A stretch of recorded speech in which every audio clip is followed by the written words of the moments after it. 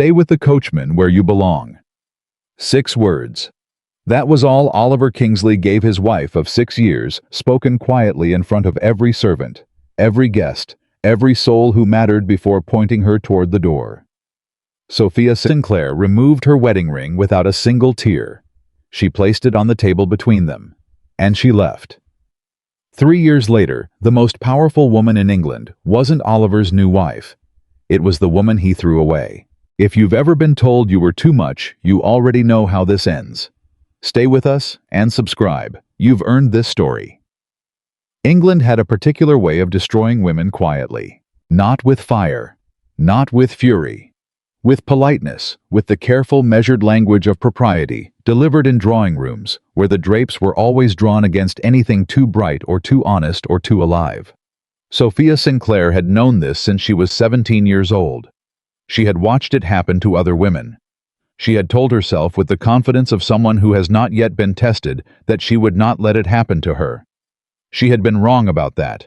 She understood how wrong on a Thursday morning in late October of 1816. Standing in the grand drawing room of Kingsley Manor, with rain striking the windows like an accusation, a sealed letter in her hand, and 27 people watching her with the careful stillness of those who know a verdict is about to be delivered and are grateful this once not to be the one receiving it. The letter had been delivered to her at breakfast, not handed to her privately, not slipped beneath her door in the dark hours when a man might at least preserve the appearance of shame.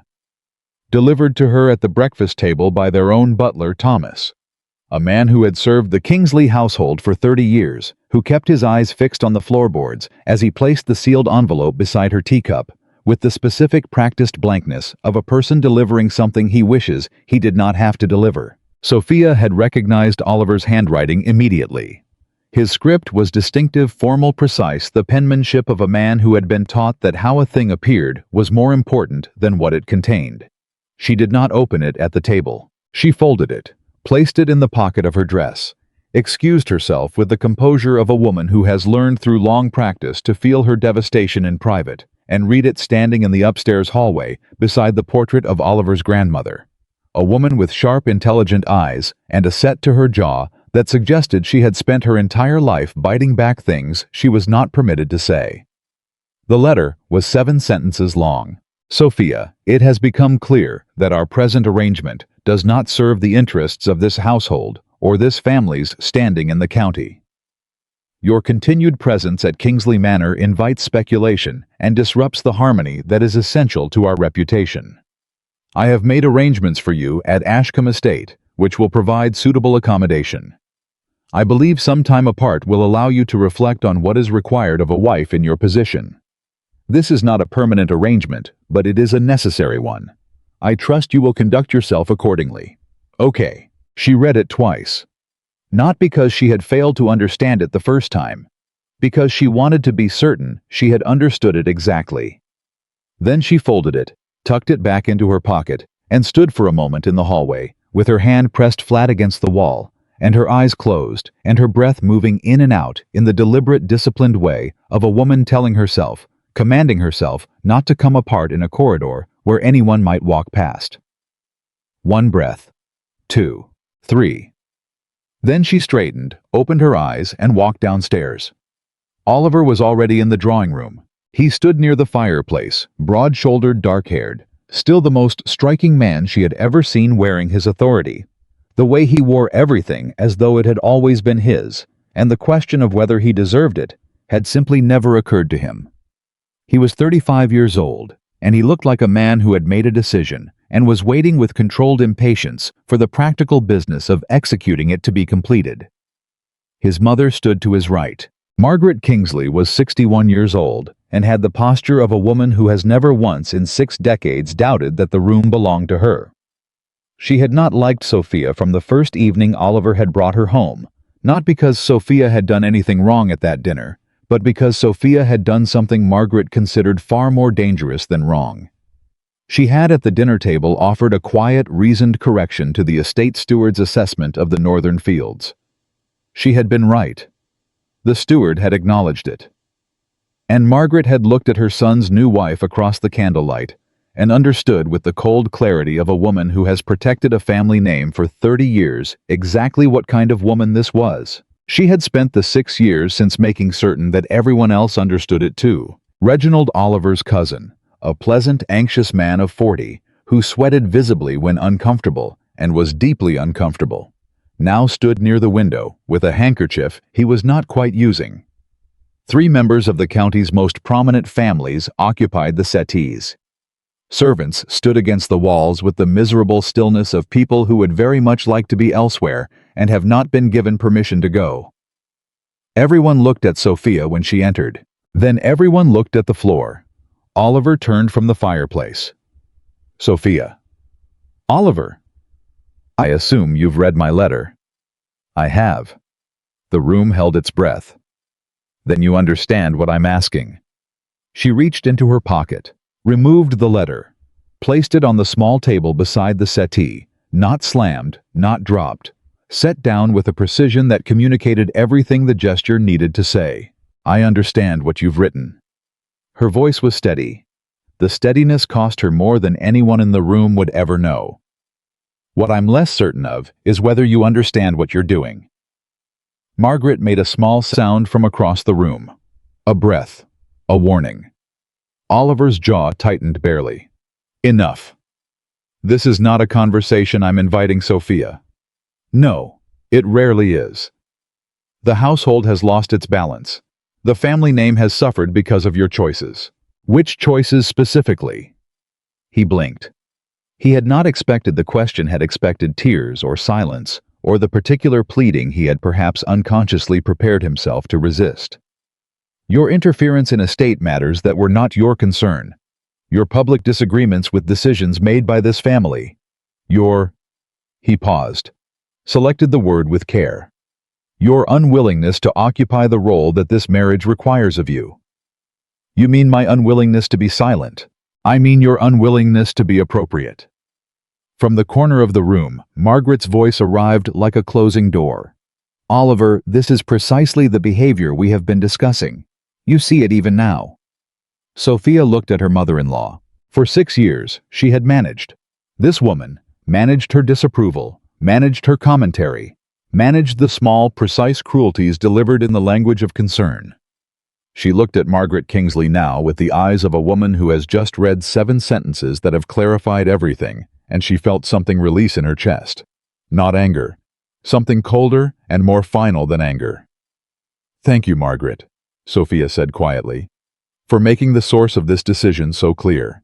Margaret's chin lifted. Oliver stepped forward. My mother has nothing to do with Oliver. Sophia looked at her husband, at the man she had married at 20 years old, with genuine hope beating in her chest like a second heart. The man she had followed to this house and these people and this life. Do not tell me your mother has nothing to do with this. I have lived in this house for 6 years. I know exactly what has been built here, and by whom, and against whom. She held his gaze. I am only surprised it took this long. Something moved behind his eyes. Surprise, possibly. Or the first faint tremor of a man realizing the person across from him is not going to make this easy, and that she is not going to make it easy, not from cruelty, but because she is simply done. He recovered himself. That was Oliver's particular skill, the rapid, smooth recovery of a man who has had very little practice at being wrong. The arrangement at Ashcombe is fair, he said. The estate will provide. I don't care about Ashcombe. He stopped.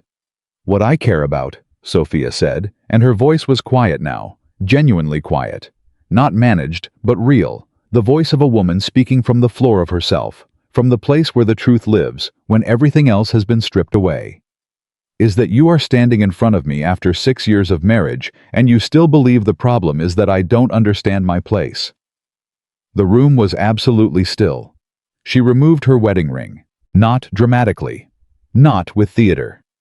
She slid it from her finger and set it on the table beside his letter, his 7 precise sentences, and she looked at Oliver Kingsley for what she had already decided would be the last time she looked at him as his wife. The truth is, you never understood mine. She walked out of the drawing room. Nobody stopped her. Nobody spoke, and Margaret Kingsley, Standing in the silence, her son had created, felt for the first time in 6 years, something she would never have admitted feeling about Sophia Sinclair. Doubt. The household organized itself with the quiet, terrible efficiency of a place that has always known this day might come. Trunks appeared. Thomas supervised the loading with the expression of a man attending a funeral he has not been given permission to grieve. Eleanor, Sophia's lady's maid of 4 years, helped with the last of the dressing. In silence, smoothed the collar of Sophia's traveling coat, adjusted the buttons, stood back. Then she said something that had nothing to do with buttons or collars. "Where will you go after Ashcombe?" Sophia looked at her in the mirror. "What do you mean?" "I mean..." Eleanor chose her words with care. "I mean when it doesn't work. When he realizes. When he comes to Ashcombe expecting to find the woman who left and instead finds whatever you become there." She held Sophia's gaze in the glass. "Where will you go then?" The question sat between them. Sophia looked at her own face in the mirror. At the woman looking back 26 years old, composed, dry-eyed, and carrying in her chest a grief so large she could not yet find the edges of it. "I don't know," she said honestly. It was the most frightening thing she had said all morning. More frightening than Oliver's words. More frightening than Margaret's satisfaction. Because Oliver's cruelty and Margaret's victory were things she could catalog and file and keep at a distance. Not knowing where she would go, who she would be. Whether there was a version of herself waiting on the other side of this that she could recognize and trust, that was the thing that nearly broke her standing at a mirror in the house she was about to leave. Nearly. She pressed her hands flat against the dressing table. Breathed. "I'll figure it out. I always do." Eleanor nodded. Once. The nod of a woman who believes this completely. Then she picked up her own small bag, packed. Sophia realized that same morning without announcement, without discussion, and stood by the door. "Then I'm coming with you," Eleanor said. "If that's all right." Sophia looked at her. The grief in her chest did not disappear. But something shifted inside it, made a small room for something else. For the specific, unglamorous warmth of knowing that when a person walks out of a life, they do not have to walk out entirely alone.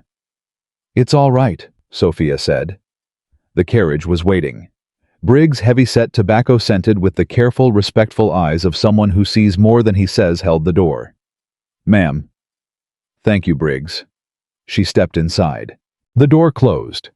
And in the moment before the carriage moved, in the precise, suspended moment when it was still possible technically to open the door and step back out and return to the life she was leaving, Sophia sat with her hands folded in her lap and her back straight and her eyes fixed on the window, and she felt moving through her with the force of something that has been contained for a very long time, the full weight of 6 years. 6 years of softening her voice. 6 years of qualifying her certainty. 6 years of watching her opinions be redirected, her judgments, questioned, her intelligence treated as a social inconvenience to be managed, rather than a quality to be valued.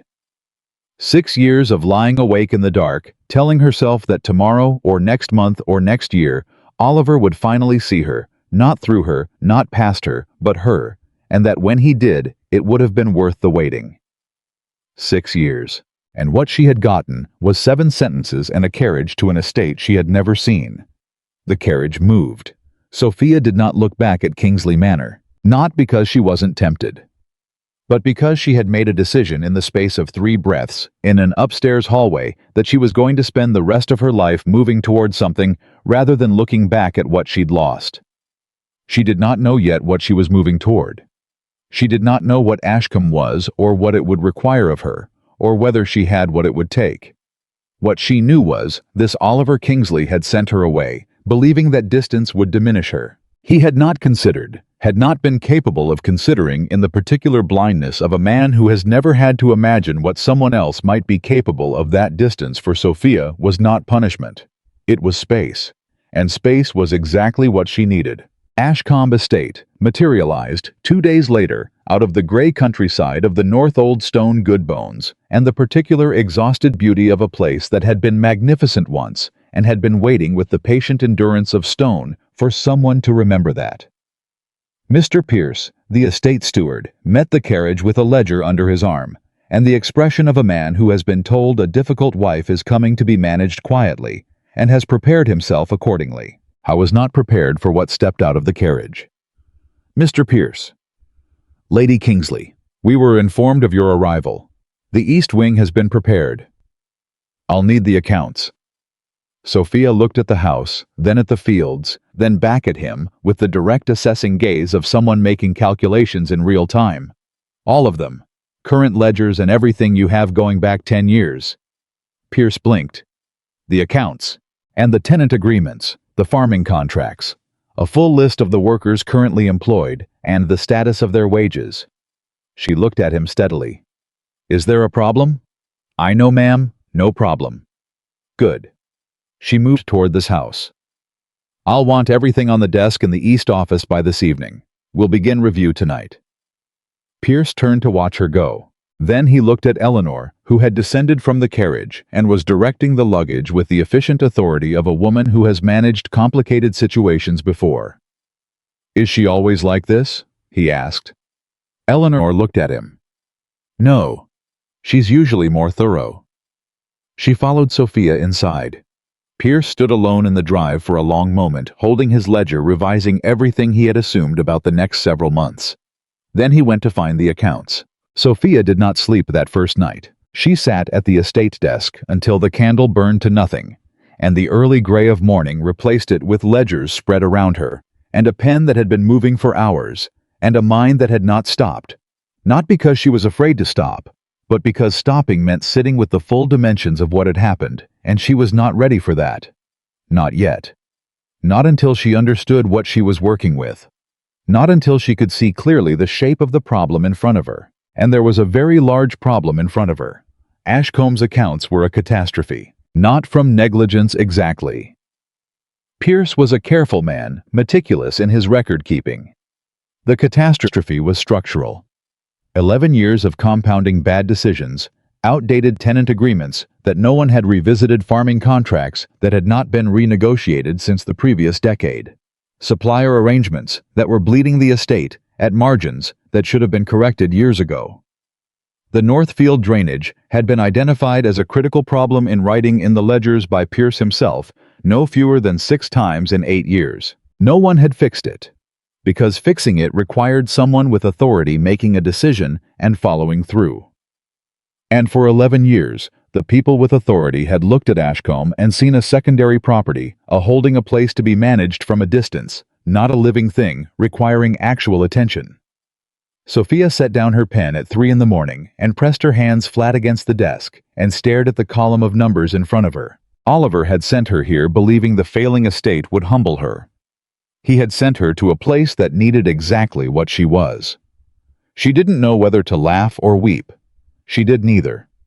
She picked up her pen and wrote, Northfield Drainage Priority 1.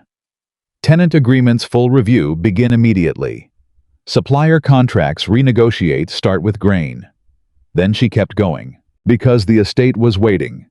The way a thing waits when it has been left too long and has not quite given up. And Sophia Sinclair, for the first time in 6 years, had a problem that was entirely unambiguously hers to solve. Nobody was going to redirect her. Nobody was going to qualify her conclusions. Nobody was going to look at her careful, honest assessment and decide she had misunderstood her role. She was going to fix this place. She didn't know yet that fixing it would fix her too. The second year at Ashcombe began with a letter Sophia did not expect. Not from Oliver. Not from Daniel. Not from any of the people whose names she had grown accustomed to seeing on envelopes slid beneath the estate office door. This letter came from a woman named Mrs. Catherine Holt, the wife of a prominent landowner 3 counties north, a woman Sophia had met exactly once at a dinner party 2 years before her marriage, unraveled a woman who had sat across from her at that dinner, and listened to Sophia's quiet, precise dissection of a failed drainage proposal, with the expression of someone witnessing something they had not previously known was possible. The letter was 4 pages long. Mrs. Holt had heard what was happening at Ashcombe. She had heard it from her husband's steward, who had heard it from a merchant, who had heard it from Jonas himself, who had apparently, in the unself-conscious way of a man whose north field was finally producing what it was supposed to produce, been telling anyone who would stand still long enough exactly who was responsible for the change. I write because I find myself in a situation not entirely dissimilar to the one you have so admirably navigated, Mrs. Holt wrote. My husband's estate at Marlow is suffering losses. I can identify clearly, but am not permitted to address. I wonder if you might be willing to correspond. Not for advice necessarily, simply for the company of someone who understands what it is to see a problem and be told that seeing it is itself the problem. Sophia read the letter twice. Then she sat for a long moment with her hands folded in her lap, thinking about a dinner party 2 years before her life had changed.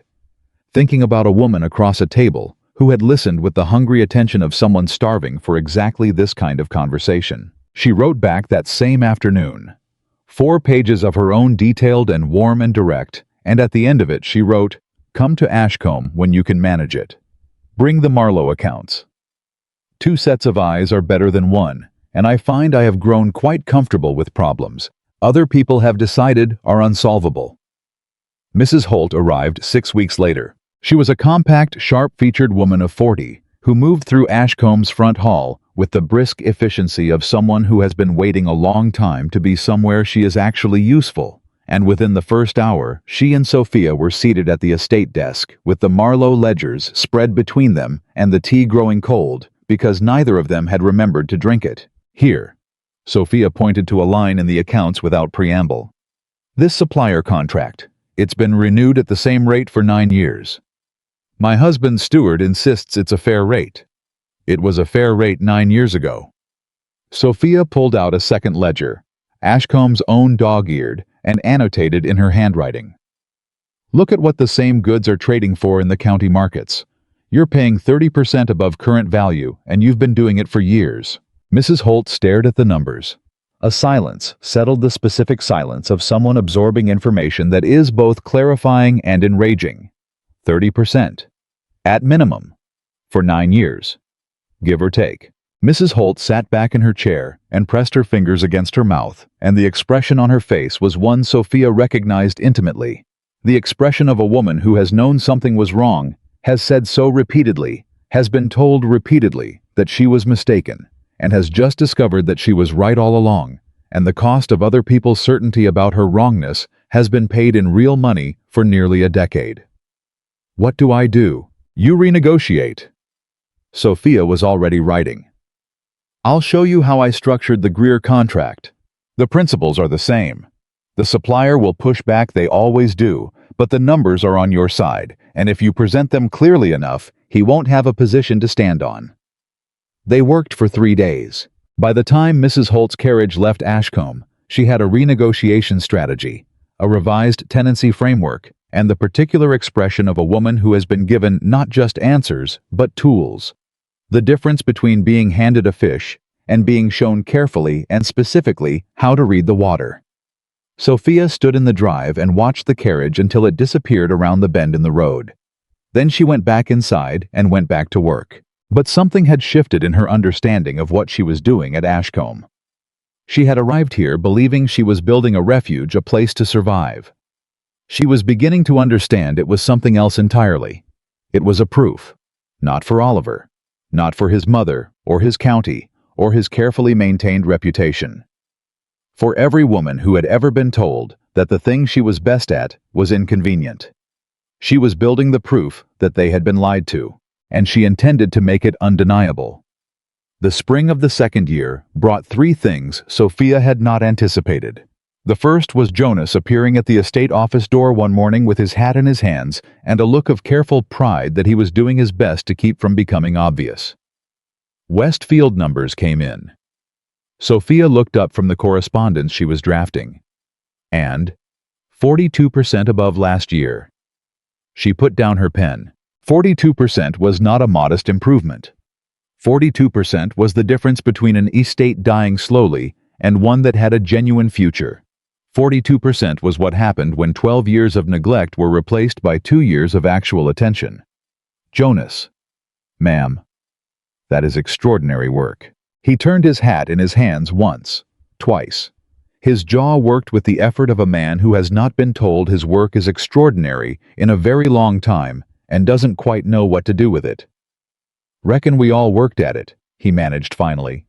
"You did, and I intend to make sure the records show it." He nodded once and left. Sophia sat alone with the number 42% and let herself feel it for a moment. Not triumph exactly. Something quieter and more solid. The feeling of a thing built correctly standing on its own. Then she picked up her pen and went back to work. The second unexpected thing came in the form of a newspaper. Daniel sent it from London without a note. Just the paper itself, folded to a specific page, a particular column in the Society Notices section, where a brief but unmistakable paragraph described the transformation of Ashcombe Estate under the management of Lady Sophia Sinclair, and noted in the particular dry language of a publication that dealt primarily in names and reputations that merchants and landowners in the surrounding counties had begun seeking the ladies' counsel on matters of estate management and agricultural reform. It was 11 lines. It might as well have been a cannon shot, because the people who read that publication, the people whose opinions had surrounded Sophia like walls. For the 6 years she had been Oliver Kingsley's wife, were now reading her name in a context that had nothing to do with Oliver Kingsley at all. She was not introduced as his wife. She was not mentioned in relation to his estate, or his standing, or his family name. She was simply Sophia Sinclair, and she had done something worth noting. She read the paragraph 3 times. Then she folded the paper, set it on the corner of the desk where she kept things she wanted to remember, and wrote Daniel a 1-line note. "Thank you for sending it. The Westfield is up 42%. His reply came 4 days later. "The Westfield is positively showing off, as are you." The third unexpected thing was Oliver. Not Oliver himself, not yet. But word of Oliver carried in the careful, elliptical language of mutual acquaintances who were not entirely sure whose side they were on and had decided the safest approach was to hedge. Reginald Oliver's cousin. The sweating man with the handkerchief wrote a letter to Sophia that managed in the space of 2 pages to simultaneously express his personal sympathy, his professional admiration for what she'd accomplished at Ashcombe, and his poorly concealed report that Oliver had read the society column and had not spoken to anyone about it for the remainder of the evening. She read Reginald's letter with the patience she had learned to extend to people who meant well and expressed it clumsily. Then she set it aside. Because Oliver's reaction to 11 lines in a newspaper was Oliver's business. She had Westfield planning to do. The summer brought visitors. This was new. Ashcombe had not been the kind of place that attracted visitors. It had been forgotten, left to decline, crossed off the mental lists of people who organized their social calendars around estates that were thriving and impressive and worth the journey. But something had changed in the way the estate was being discussed. A family from 2 counties over arrived with a letter of introduction and a barely concealed urgency. Their own estate was struggling with exactly the kind of drainage issues that had plagued Ashcombe's North Field, and they had heard from a chain of people that stretched back eventually to Jonas's unstoppable habit of telling the truth about what had worked, that Lady Sophia Sinclair was the person to speak with. Sophia received them in the parlor, not the estate office, the parlor with tea, properly served, and the comfortable furniture arranged for conversation, because she understood instinctively that what these people needed was not just information, but permission. Permission to take their own situation seriously. Permission to believe that the problems they had identified were real and solvable and worth addressing, even if the people around them had been insisting otherwise. The husband, a pleasant, somewhat overwhelmed man named Whitmore, had brought his estate steward, which Sophia noted and appreciated. The wife, a quiet, watchful woman named Anne, who had not said a word during the initial introductions, had brought a notebook. Sophia noticed the notebook immediately. "Mrs. Whitmore." She leaned forward slightly, directing her attention with deliberate warmth. "Tell me what you've observed." Anne Whitmore looked up with the startled expression of someone who had expected to be a decoration at this meeting and has just been invited to be a participant. I've been keeping records. Of the Northfield specifically. The water table readings after rain, the soil conditions in different sections. I know it isn't..." May I see? Anne opened the notebook. Sophia spent 10 minutes reading it in silence. The observations were detailed, systematic, and precisely the kind of ground-level evidence that would tell you everything a mathematical analysis of the accounts could not. This, Sophia said, setting the notebook on the table between them, with a care that communicated exactly what she thought of it, is exactly what I needed when I arrived at Ashcombe and could not find, because no one had thought to write it down. You have done something invaluable. Anne Whitmore stared at her. Right, he said. Well, yes, invaluable. They stayed for 2 days. They left with a drainage plan, a revised steward contract, and the particular energy of people who have been given a direction to move in, and finally feel the ground solidify under their feet. Anne Whitmore pressed Sophia's hands at the carriage door. I have been trying to tell Philip about the Northfield for 3 years. I know. Sophia held the woman's hands for a moment. They hear it differently when the numbers back you up. Next time, lead with the numbers. And if they still don't listen? A pause. The morning was bright, and the drive was drying from the previous night's rain. And somewhere beyond the outbuildings, Jonas was shouting something about the east fencing, with the confident volume of a man who has decided his opinions are worth broadcasting. Then you find somewhere else to be heard. Sophia let go of her hands. Trust me on that one. Word about the Whitmore visit. Spread the way. Everything spread in county society thoroughly, and without anyone intending it to. By autumn, Sophia had received 7 formal requests for correspondence from estate managers and landowners across 3 counties. 2 requests for personal visits, and 1 extraordinary letter from a gentleman farmer in Yorkshire who had read the society column, then read a letter about it from his neighbor, then heard about it from his factor, and had finally written to Sophia directly to ask whether she might be willing to review his grain contracts, because he had a strong suspicion he was being managed badly, and his instincts about such things, he noted with painful honesty, had not been trusted by anyone in his household, including himself. She wrote back to all of them. Every one. Because a year ago, she had been a woman sitting in a drawing room watching 27 people decide what to do with the silence her husband had made of her marriage, and now she was someone those same kinds of people were writing letters to ask for help. The geometry of that shift was not lost on her. Somewhere in London, in the autumn of that second year, Oliver Kingsley received his cousin's most recent report. Reginald had developed a habit of these reports presented as casual social correspondence, but in practice functioning as a kind of running account of what Sophia was doing and how people were responding to it. Oliver had not asked for them. He had also not told Reginald to stop sending them.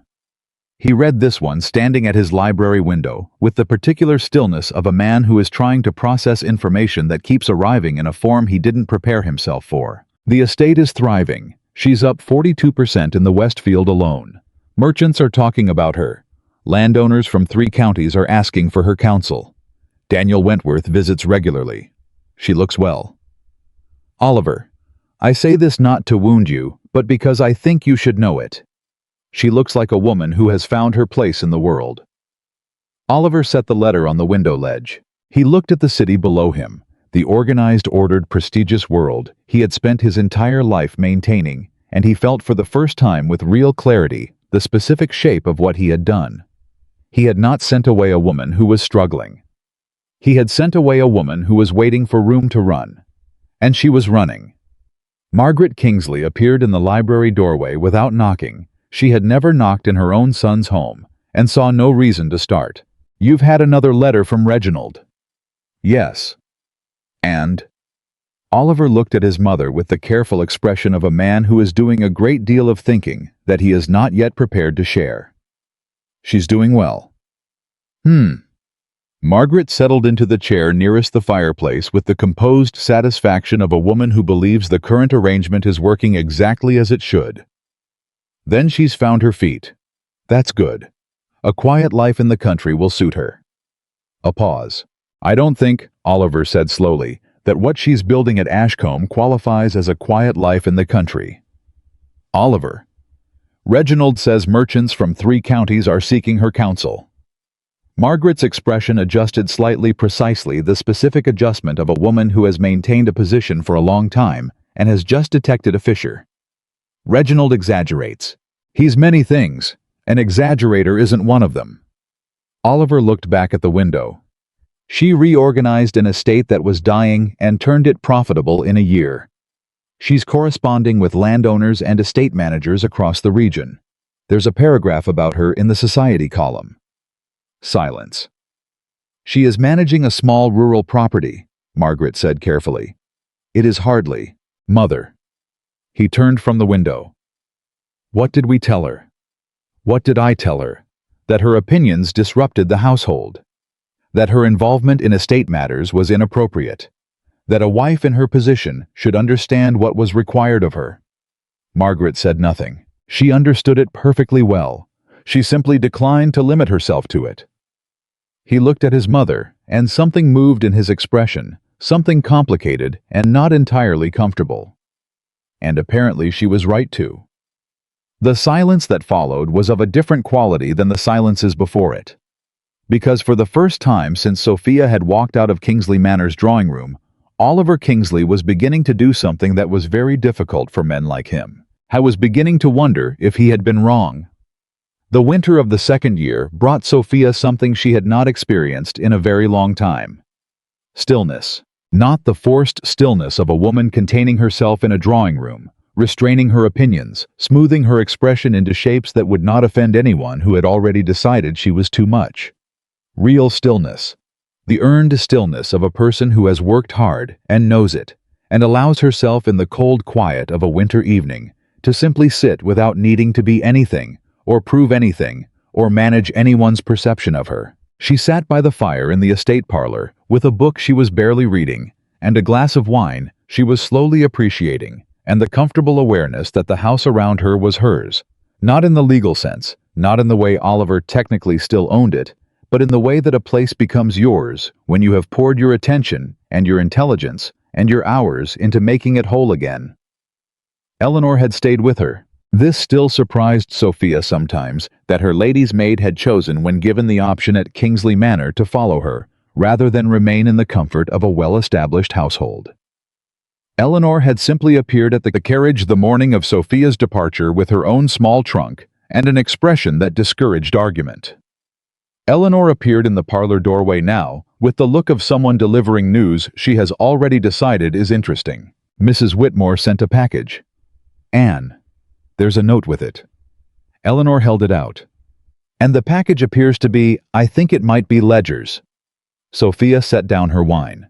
Anne Whitmore had sent 3 of her estate notebooks, the careful, systematic records she had been keeping for years, along with a note that said simply, I reorganized the steward contract the way you showed me. Philip was skeptical until the first quarter numbers came in. He was not skeptical after. I thought you might want these records in case they're useful to someone else you help. A.W. P.S. The Northfield drainage begins in March. Sophia held the notebooks for a long moment. 3 notebooks. Years of careful, overlooked observation sent to her with the simple instinct that they might be worth something to someone else. This was how it worked, she was beginning to understand.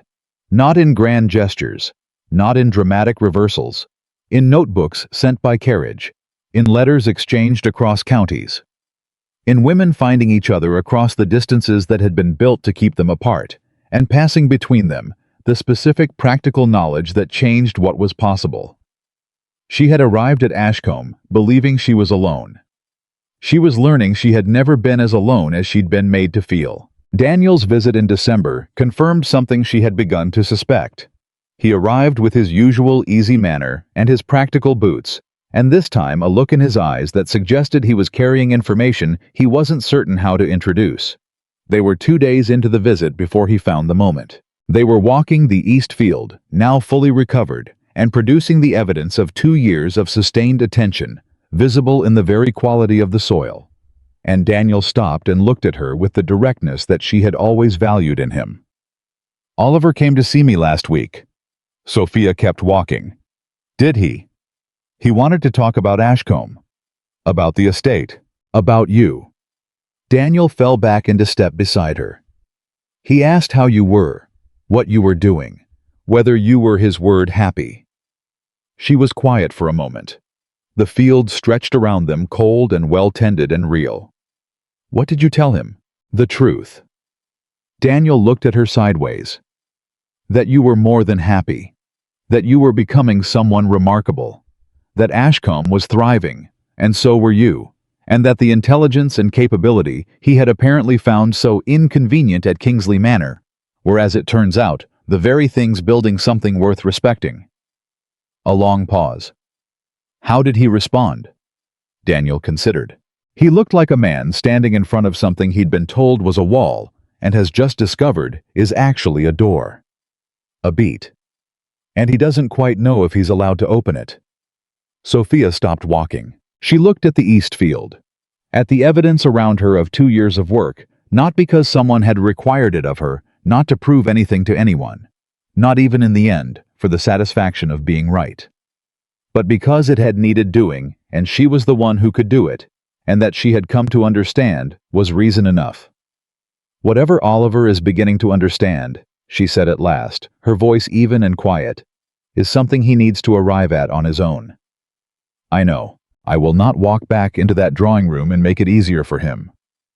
I know that too." Good. She started walking again. "Now come and look at what we've done with the east boundary fencing. Jonas has opinions about it, and I want a second perspective." Daniel followed her, but he remembered what she had not said, which was the thing that told him everything he needed to know. She had not said she didn't care. She had said she would not make it easier for him. Those were not the same thing. And whatever was still alive in the space between Sophia Sinclair and Oliver Kingsley, whatever remained in the careful, unspoken territory between a woman who had stopped asking to be seen and a man who was only now beginning to understand what he had refused to look at, it was not finished. It was waiting. In the cold, well-tended field, in the growing reputation of a woman who had built something from nothing, in the particular silence of a man standing at a library window, reading a cousin's letter, and beginning for the first time to feel the full weight of what he had done. It was waiting for the moment when everything that had been broken would have to be faced. That moment was coming. She was not ready to hurry it, but she was ready for it, and that she had learned made all the difference. The letter arrived on a Tuesday morning in March, and it was not from anyone Sophia had expected. It came from Lady Hargrove. Eleanor Hargrove, the woman who presided over London's social season with the particular authority of someone who has held a position of influence long enough that people have forgotten it was ever earned, rather than simply ordained. Lady Hargrove did not write letters to women who had been sent away by their husbands. She did not acknowledge estates in the countryside or agricultural improvements, or society column paragraphs about women who had managed to make something of difficult circumstances, except that she had. The letter was brief, and its brevity was its own statement. "Lady Sinclair, I will be hosting a gathering at Hargrove House on the 14th of April. Your presence has been requested by several of the attending parties who have expressed a desire to discuss certain matters of estate management and agricultural reform with someone who has practical experience in both.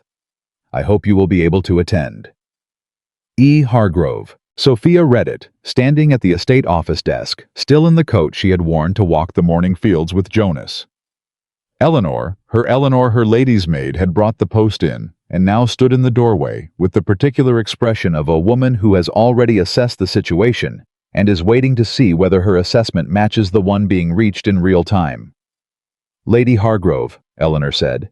"Yes, Eleanor Hargrove, who has not acknowledged your existence in 3 years. That is also accurate. Who last winter told Mrs. Reeves, who told Mrs. Partridge, who told absolutely everyone that your situation at Ashcombe was a private family matter and ought not to be discussed in polite company. I remember. And she's inviting you to London."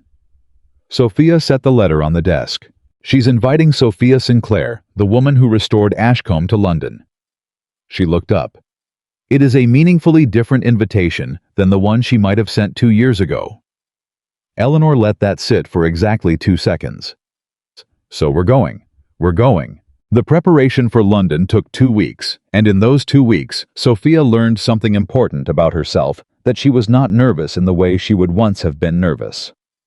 The London she was returning to was the same city that had watched her leave Kingsley Manor in silence and gone back to its dinner parties without missing a beat. The same city that had categorized her for 6 years as Oliver Kingsley's difficult wife. The same city that had a specific settled opinion about who she was and where she belonged. But Sophia was no longer the woman trying to correct that opinion.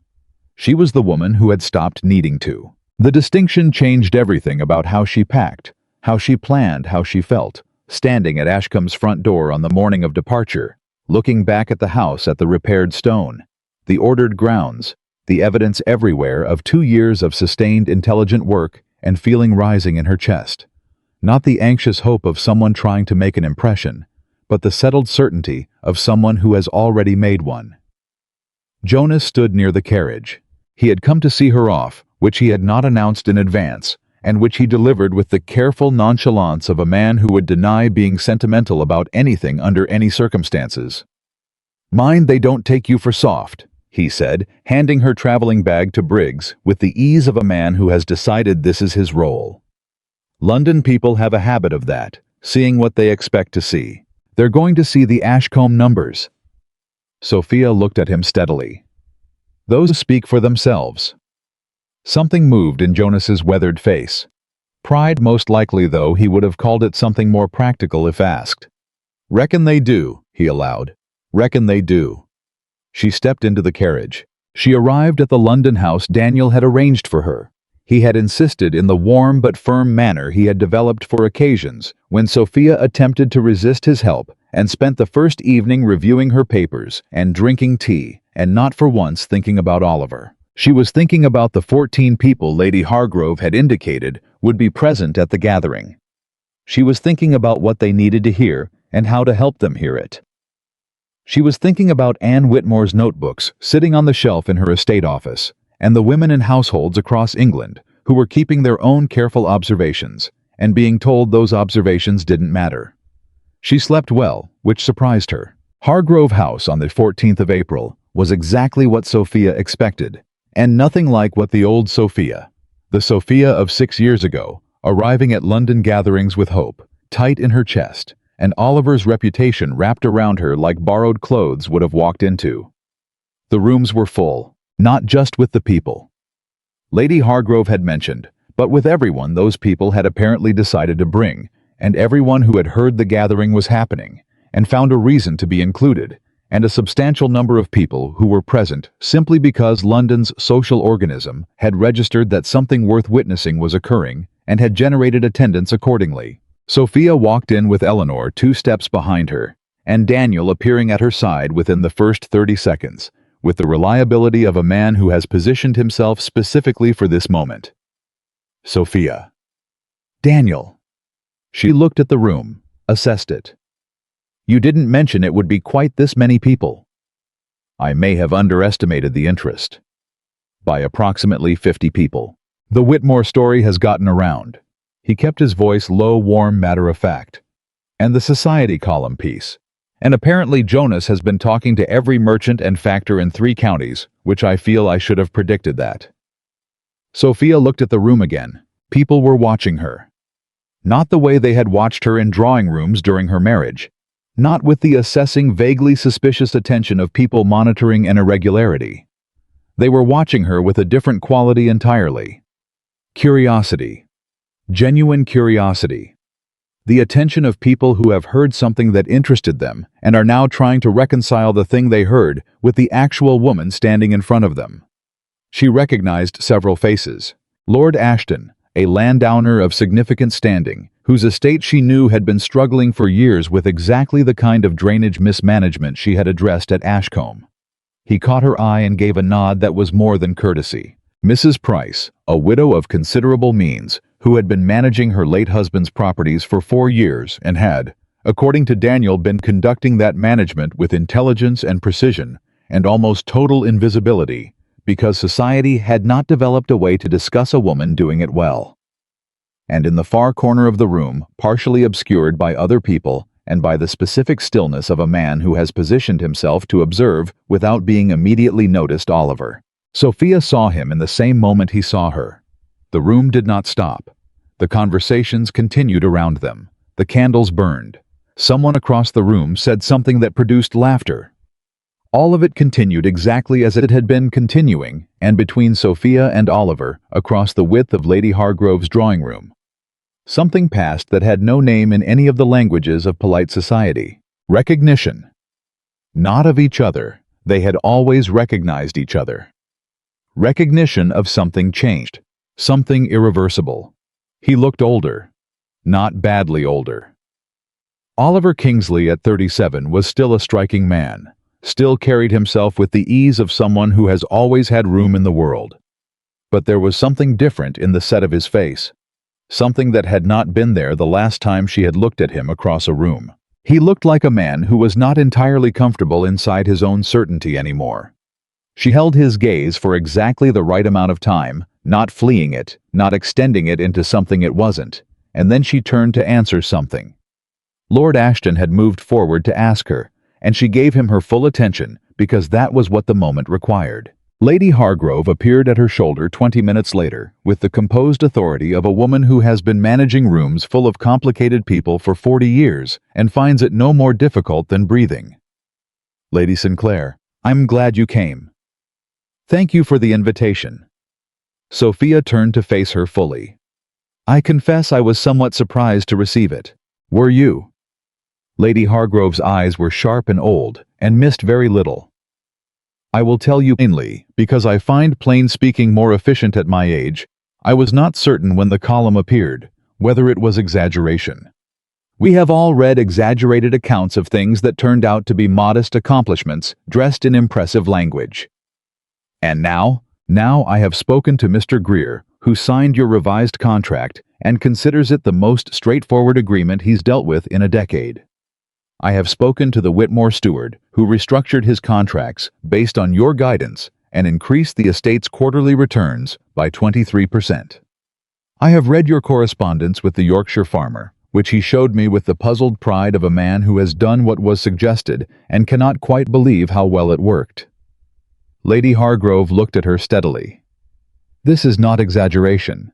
This is an accomplished woman who has spent 2 years doing something quietly remarkable." Sophia absorbed this without moving.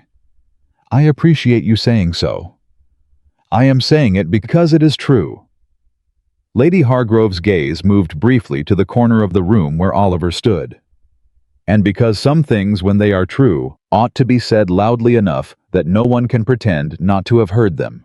She moved away, and Sophia understood with perfect clarity what had just happened. Lady Eleanor Hargrove, the woman who set the social register of London, had just told a room full of people paying attention exactly what she thought of Sophia Sinclair.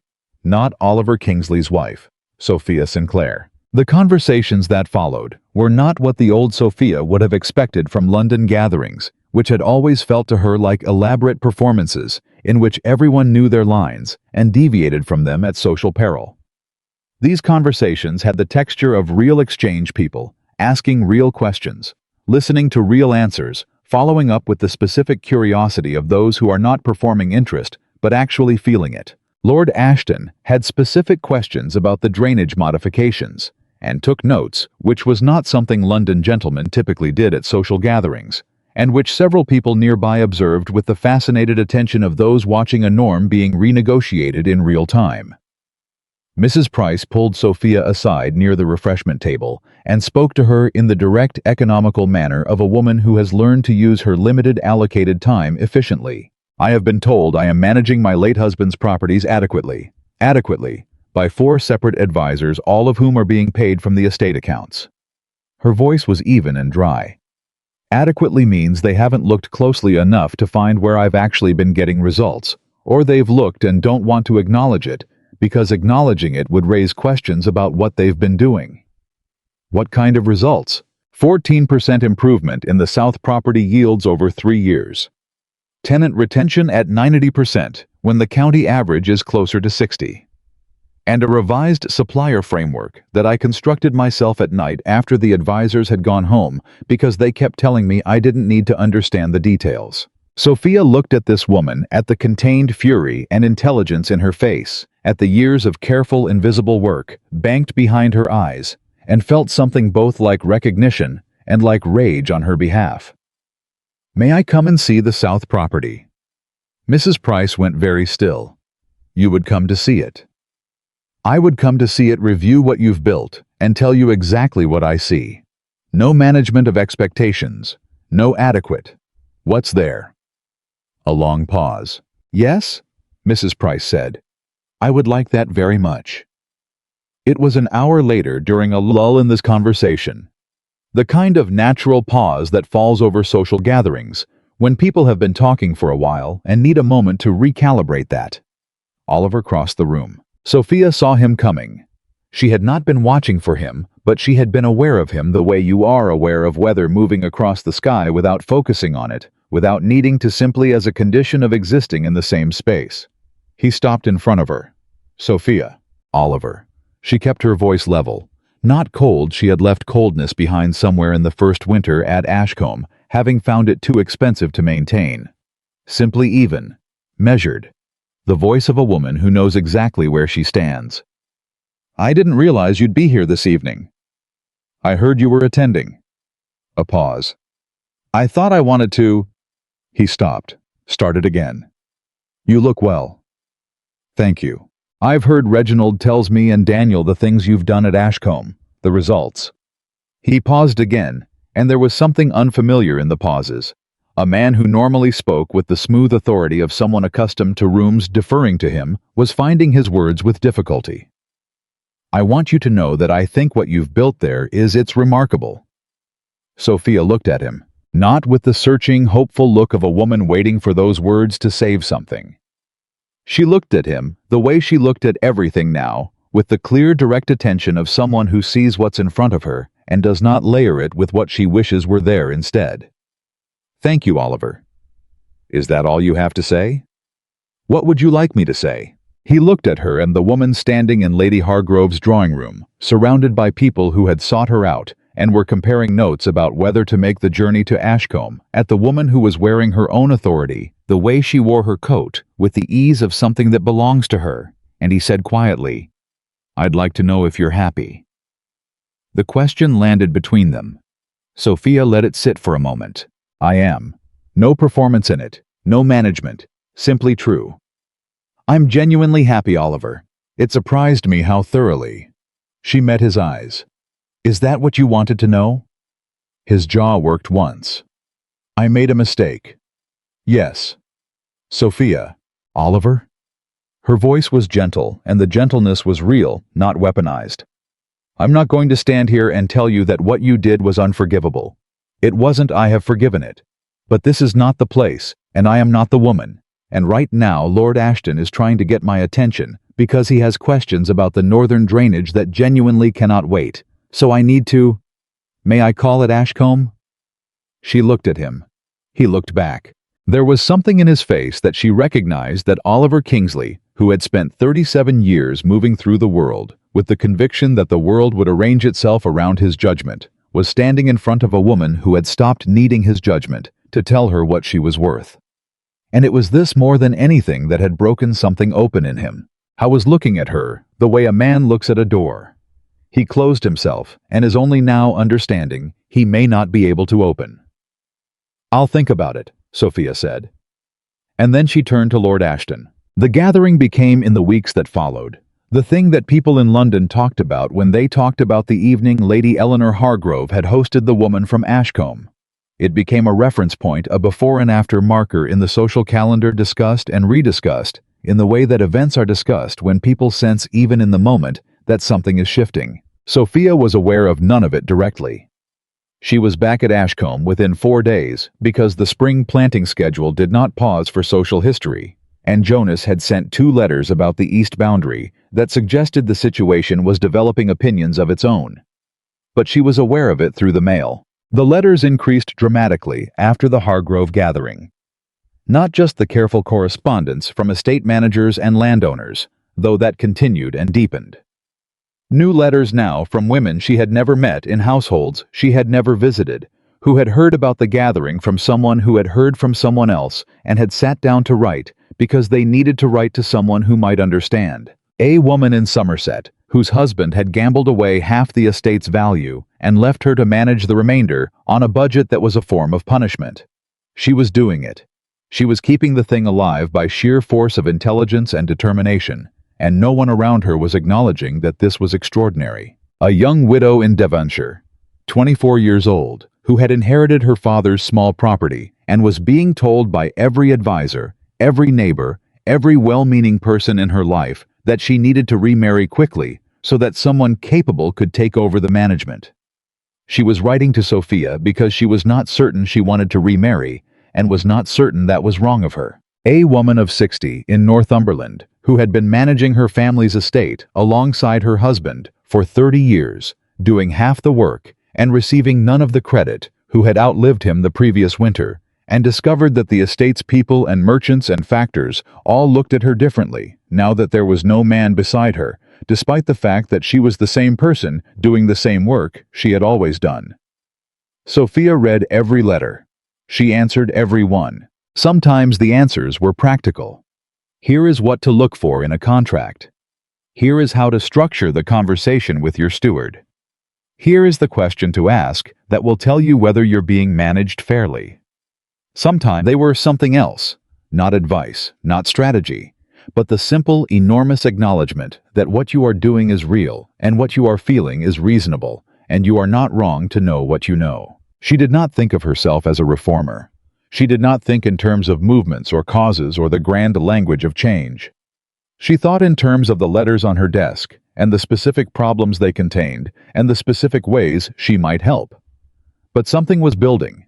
She could feel it the way you feel, whether not seeing it directly, but feeling the pressure of it, the quality of the air, the sense of something gathering mass. Daniel visited in May and walked into the estate office to find it occupied not only by Sophia, but by Mrs. Price, who had, true to her word, come to visit the South property, and had somehow, in the 6 weeks since the Hargrove gathering, become a fixture at Ashcombe approximately 3 days out of every 10, and by a woman neither Daniel nor Sophia had expected. Lady Cecilia Marsh. The name required a moment even from Daniel, who knew everyone. Lady Cecilia Marsh was not someone who appeared in the county. She was not someone who appeared anywhere other than the highest tier of London society, which she inhabited with the absolute birthright authority of the most ancient title in the room. She was 51 years old.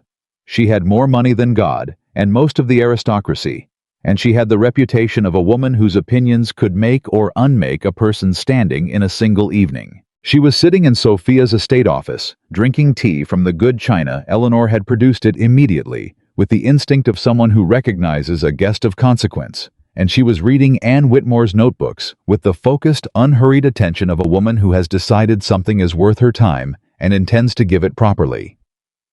She looked up when Daniel walked in. "Mr. Wentworth." "Lady Marsh." He kept his voice admirably steady. "I wasn't aware you were visiting. I wasn't aware I needed to announce myself." "Of course not." Sophia, standing at the other side of this desk, met Daniel's eyes across the room with the specific look of someone who is thoroughly enjoying his attempt to recover his composure. "Lady Marsh arrived this morning," Sophia said. "We've been reviewing the correspondence frameworks and Mrs. Price's revised yield projections. I came," Lady Cecilia Marsh said, setting down the notebook with the precision of a woman who places things exactly where she intends them to go, "because I have a proposition for Lady Sinclair, and I do not conduct propositions by letter." Daniel looked at Sophia. Sophia looked at Lady Marsh. "I'm listening." Lady Marsh sat forward slightly. "I have been watching what is developing here, what you are building, what these letters represent, what the Hargrove gathering indicated about the appetite that exists for this kind of exchange, and I believe it is substantially larger than a single estate's success story. I believe—" She paused, and the pause had the weight of a woman who does not make statements she hasn't considered from every angle. "That what you are doing has the potential to become something formal. A network. A resource. An institution, if one is willing to use ambitious language." The word hung in the air. Institution. Sophia did not move. She was doing her own thinking, the rapid, systematic thinking that she did when a proposition landed that was larger than she'd anticipated and required immediate, honest assessment, rather than the performance of measured consideration. "What kind of institution?" she asked. "The kind that does not yet exist." Lady Marsh looked at her steadily. A formal structure through which women managing estates, their own, their husbands, their fathers, can access practical expertise, legal guidance, agricultural knowledge, and the connection to others doing the same work. Not charity, not condescension. Knowledge. Freely exchanged, systematically organized, available to those who need it. Mrs. Price, who had been very still for the past 30 seconds, made a sound that was not quite a word, but communicated a complete sentence. "It would require backing," Sophia said. "I am the backing." Lady Marsh said it without drama. Simply. "What it requires from you is the architecture, the framework, the knowledge that only comes from having actually done the thing, not merely theorized about it. And your name, which I should tell you plainly, carries considerably more weight in the relevant circles than you may realize." Sophia looked at her. Then she looked at Mrs. Price. Then she looked at the notebooks, at the letters stacked at the corner of the desk, at the Eastfield numbers framed and mounted on the wall. Jonas had done it without asking one morning when she wasn't paying attention, and she had decided this was his particular form of eloquence. "I have one condition," Sophia said. "Name it. It must be genuinely useful." No performance in her voice, no diplomacy cushioning the directness. Not decorative, not a social exercise, not something that looks like help and functions as a way for women to feel seen without actually being equipped to do anything differently. Genuinely, practically, measurably useful, or I won't put my name to it. Lady Marsh looked at her for a long moment. Then she smiled a rare, sharp, real smile, the smile of a woman who has spent 51 years in rooms full of people performing things, and is encountering with something close to delight the specific relief of someone who isn't. "That," she said, "is exactly the condition I was hoping you would name."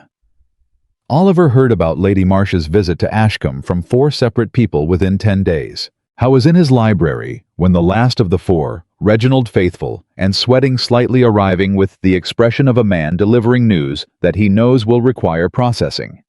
Recounted the conversation that London was currently reconstructing and discussing and analyzing in the way that London discussed and analyzed everything it found significant. Oliver listened. He did not interrupt. When Reginald finished, there was a silence. "Lady Cecilia Marsh," Oliver said carefully, "went to Ashcombe. Drove herself. Well, had her coachman drive her, but she went directly. Didn't send a letter first, just arrived. And proposed a formal institution, with Sophia's name as its foundation." "That's what everyone is saying." Another silence. Oliver stood and walked to the window. The same window where he had stood the previous autumn, reading Reginald's letters about the Northfield numbers, where he had first begun, with real honesty, to feel the shape of what he had done. The view from the window was London. His London. The city organized around the hierarchies and reputations and careful maintained distinctions that had always been the landscape of his life. And somewhere north of that city, on an estate, he had used as a way of managing an inconvenient wife, Sophia Sinclair, had built something that Lady Cecilia Marsh, the most socially powerful woman in England, had driven herself to see in person. "Reginald." "Yes." "When I asked to call at Ashcombe." He stopped. "She said she'd think about it." "Yes." "Has she sent word?" Reginald looked at him with the complicated expression of a man who cares about both parties in a situation and has no comfortable position to occupy. "No," he said gently. "She hasn't." Oliver turned back to the window. He had spent 37 years being a man whose decisions were not questioned. Not because he was tyrannical, he did not think of himself as tyrannical, had never intended anything so dramatic, but because the world had organized itself from his birth in a way that aligned with his judgments and rarely challenged them. He had looked at Sophia Sinclair, the woman who had loved him with genuine honesty for 6 years, and he had seen disruption. Lady Cecilia Marsh had looked at the same woman and seen an institution. He pressed one hand against the cold glass of the window and felt moving through him something that was not anger, and was not grief, and was not quite either of the things he knew how to name, something that was the specific, difficult emotion of a man beginning to understand, not just that he was wrong, but why and what the wrongness had cost, and that the cost was not finished yet. It would not be finished until he faced her. Not in Lady Hargrove's drawing room, with London watching, at Ashcombe, where she had built her life from the thing he had left her. He would go. He did not know what she would say. He did not know what he would find when he arrived. But he understood finally, and without the comfortable insulation of his certainty, that there was only one way forward, and it led north through the countryside.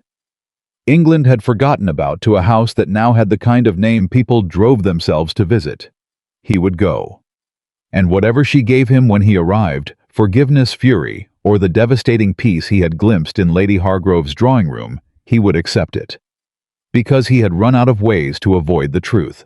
And the truth was standing at a desk in Ashcombe Estate building something that England would be talking about for years, in a life that was entirely beautifully and devastatingly her own. Oliver Kingsley arrived at Ashcombe on a Wednesday morning without sending word ahead. He told himself this was because he did not want to give her the opportunity to prepare, not to deceive him, but to compose herself into the version of Sophia she would choose to present to him, the settled, capable, unhurried woman she had become. He wanted to see her as she actually was. He wanted for once to encounter the truth of her life here without it being arranged for his benefit. What he did not admit to himself, not until the carriage was already turning into the Ashcombe Drive, was that if he had sent word ahead, he would have had 3 days to talk himself out of coming. Briggs had driven him the same. Briggs, who had carried Sophia's trunks away from Kingsley Manor 2.5 years ago, who had held the carriage door for her with a quiet ma'am, that Oliver had not witnessed but had heard about eventually from Thomas, who had told it in the careful way of a loyal servant, reporting something he thought his employer needed to know. Oliver had not acknowledged it then.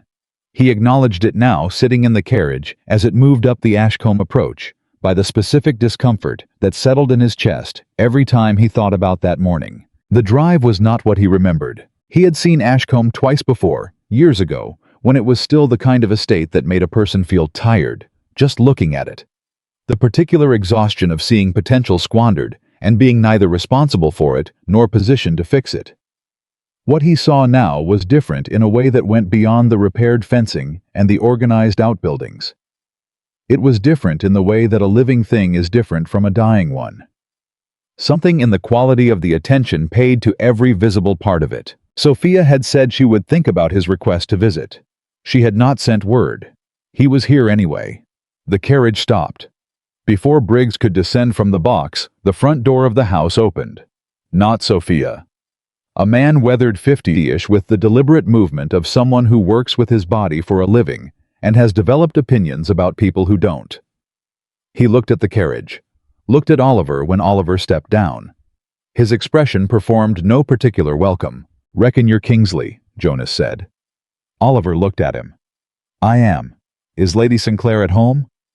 "She's in the East Field." Jonas did not move from the door. "She's working." "I'll wait." "Might be a while. I'll wait," Oliver repeated quietly, with the patience of a man who has decided he will not be managed out of this by a farmer who is staring at him with the frank, unapologetic assessment of someone who has decided exactly what he thinks of Oliver Kingsley and is not particularly troubled by the fact that Oliver can see it. Jonas held the door open. It was not a warm gesture, but it was a gesture. Oliver waited in the parlor. He had expected to feel in this room the satisfaction of a man returning to his property. Ashcombe was technically still his legally. Still his would remain so until some arrangement was formally altered. He felt none of that. What he felt sitting in the chair nearest the window and looking around the room at the evidence of Sophia's presence everywhere. The organized bookshelves, the correspondence stacked with purpose on the side table, the East Field numbers framed on the wall, in what was clearly not a decorative impulse, but a commemoration, was something closer to the feeling of being a guest in a place you gave up the right to claim. The numbers on the wall. He stood and looked at them more closely. Westfield 42% above prior year. Northfield drainage yield, first productive season in 11 years.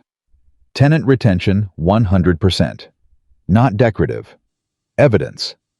The kind of evidence a person keeps not to impress visitors, but to remind themselves of what was possible when someone paid attention. He was still standing at the wall when the door opened. Sophia came in. She had clearly come directly from the field. Her boots were not the boots of a woman who had paused to change her appearance for a visitor. Her coat was the practical coat of someone who had been outside working. Her hair was arranged, but not elaborately, and she stopped when she saw him with the stillness of someone who is not surprised exactly, but has not entirely finished deciding how to receive this moment. Oliver. Sophia. He turned from the wall. I apologize for arriving without notice. Do you? It was not a question. You didn't respond to my request. No. She moved into the room unhurried. I didn't. I came anyway. I can see that. There was a beat, the specific beat of two people who have known each other for a long time and are recalibrating the distance between them, measuring it against memory and against everything that has changed. Sit down, Oliver. He sat. She did not. She stood near the desk with her hands folded in front of her, not in the contained, careful way she had once stood in the Kingsley Manor drawing room, holding herself together through an act of will. Easily. As though standing in her own office was simply where she happened to be. What do you want? She asked. To talk. We've talked, at the Hargrove gathering. That wasn't a conversation. That was a managed exchange at a social event where every word either of us said was being observed by 50 people and filed away for later discussion. He looked at her directly. I want to talk to you, here, without an audience. Sophia regarded him for a moment. Then she sat in the chair across from him. All right, she said. Talk. Oliver had prepared words for this, had arranged them carefully over the carriage journey, selecting the ones that were most honest and least likely to sound like a performance of honesty. He had done this with the same precision he brought to all important communications, measured, structured, organized for maximum clarity. He looked at Sophia Sinclair sitting across from him in the office of the estate he had sent her to as a form of management, and every arranged word left him. I was wrong. Simple, unadorned. Not in the way a man says he was wrong when he means he regrets the outcome. Wrong in what I believed. Wrong in how I saw you. Wrong in what I told myself justified what I did. Sophia said nothing. I told myself you disrupted the household. I told myself your opinions created problems I was expected to manage. I told myself that what I was doing was protecting the family, protecting you even from a situation that wasn't working. He stopped. But what I was actually doing was protecting the version of my life that required you to be smaller than you were. And when you wouldn't be, when you kept being exactly who you are, I decided the problem was you. The room was very quiet. Jonas could be heard somewhere outside, shouting something about the east fencing with the volume of a man who considers this communication rather than noise. The night you left, Oliver said. I went back to my study, and I felt I want to be honest about this. I felt relief. Not because I wanted you gone, but because the discomfort of being wrong about you was very great, and removing you removed the discomfort. He pressed his hands flat against his knees. I have thought about that relief every day since Reginald's first letter arrived about what you were doing here. Because it tells me something about myself that I find genuinely difficult to face. Sophia looked at him. He had expected something from her face. Anger, satisfaction, the cool composure she had shown him at the Hargrove gathering. What he saw was more complicated and more painful than any of those things. She was listening. Actually listening with the full, clear attention of a woman who has learned to hear what is actually being said, rather than what she hopes to hear. What do you want from this conversation, Oliver? To tell you the truth. You've told me part of it. He looked at her. I want to know if I've lost you entirely. The question sat between them. Sophia stood. She walked to the window, not away from him, simply to a position where she could think without his eyes on her face, and he understood this well enough to give it to her. Outside, Jonas had apparently won his argument with the east fencing. When I arrived at Ashcombe, Sophia said slowly, still looking out, I sat at this desk for the first night without sleeping. Do you know what I was doing? Working. Working, yes. But also, I was trying to understand how I had spent 6 years of my life believing that if I was patient enough, if I found the right approach, if I managed myself carefully enough, you would eventually see me. She paused. Not see through me, not see past me, simply see me, the actual person standing in front of you. Oliver said nothing. And what I understood sitting at this desk at 3 in the morning with your accounts spread around me. This estate you had sent me to, because it was failing, and you assumed I would be diminished by it, was that I had been asking the wrong person. She turned from the window. I had been trying to make you see my worth, when the problem was never that I lacked it. The problem was that you had already decided what shape I should fit, and I was the wrong shape, and no amount of arranging myself differently was going to change the decision you had already made. Sophia, let me finish. Not harsh, simply necessary. I am telling you this not to wound you. I am telling you because I think if you're here to have a real conversation, you need to understand what the cost of those 6 years actually was. Not to the estate, not to your reputation, to me. He waited. I stopped trusting my own mind, she said quietly. That's what the years at Kingsley Manor did. Not immediately, not all at once, but slowly, incrementally, in the way that water shapes stone.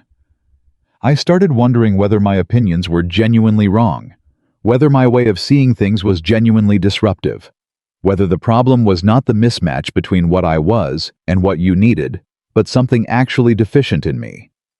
She held his gaze steadily. I came here believing I might be broken. It took me a year of building this estate to understand that I was never broken. I was simply in a place that had no room for what I was. Oliver looked at the woman across the room, at the person who had always been in front of him, who he had looked at for 6 years and seen only the shape of his own inconvenience, and he felt something crack open in his chest that was not grief exactly, but was the thing that lives underneath grief when a person finally stops defending themselves against it. I'm sorry. His voice was not controlled, not smooth. It was the voice of a man who means what he is saying precisely because he has given up the effort of making it sound better than it is. I am genuinely sorry, Sophia. Not for the outcome, though I am sorry for that too, but for the years before it. For every time you said something true, and I heard it as a challenge. For every time you showed me something that required me to question myself, and I chose to question you instead. A pause. I wasted 6 years of your life by refusing to see you. And I don't know if that's the kind of thing that can be forgiven. But I'm not asking for your forgiveness because it would benefit me. I'm asking because you deserve to have it asked. Something shifted in Sophia's face. Not the shift of a woman being persuaded. Something quieter and older and more complicated. The shift of a woman who has already done the work of forgiving, not for the other person, but for herself, and is now witnessing the person being forgiven finally understand what they are receiving. I forgave you, she said, months ago, at this desk in the middle of the night because I understood that carrying what you had done was going to cost me things I wasn't willing to pay. She looked at him steadily. But forgiveness isn't a door, Oliver. It doesn't open anything. It just means I am no longer bleeding from the wound. He absorbed this. Is there anything? He stopped. Started differently. Is there any version of this in which we don't? Her voice was gentle and absolute. Don't ask me that right now. You just arrived. I just heard the most honest thing you have ever said to me in 8 years of knowing each other. She sat back down in her chair. Let that be what it is. Don't reach past it immediately for something else. He looked at her, then he nodded. Once. The nod of a man, learning slowly and with difficulty. A kind of restraint he had never needed before. Before the restraint of someone who must sit with consequences, rather than managing them into a better shape. Tell me about the institution, he said finally. Lady Marsh's proposal. Sophia looked at him. The shift was subtle but real from the personal charge territory of everything they had just covered toward the ground she was most comfortable on. The ground she had built herself. How much do you know? Enough to understand it's significant, not enough to understand the specifics. She pulled a folder from the desk, organized, precise, tabbed with the efficiency of a woman who prepares for conversations before she has them. She set it on the table between them. Lady Marsh is funding the formal structure. I'm building the framework. The concept is simple: a clearinghouse of practical knowledge for women managing estates across England. Agricultural methods, contract structures. Legal rights as they currently exist. Correspondence networks, direct consultation. She paused. The things I taught myself because no one offered to teach me. Available, organized, accessible. Oliver opened the folder. He read for several minutes. Sophia watched him read. She was aware of something strange in the act of watching him, Oliver Kingsley, who had told her in a drawing room that her involvement in estate matters was inappropriate. Now reading her proposal for an institution built on exactly that involvement. The distance between those two moments was not just time. It was everything she had done with the time. "This is serious," he said finally. "Yes.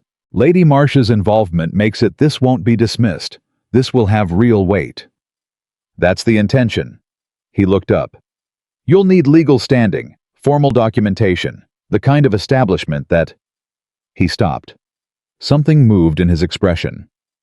"I know people who could help with the legal framework, if you wanted." Sophia considered him.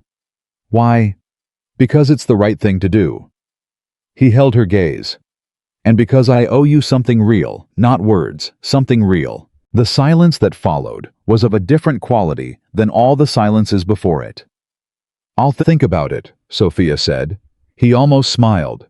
It was the same phrase, the same exact phrase she had used at the Hargrove gathering when he had asked to visit Ashcombe. She had used it then as a holding position, a way of not closing a door while not opening it either. She was using it now as something else. They both knew it. The afternoon stretched on.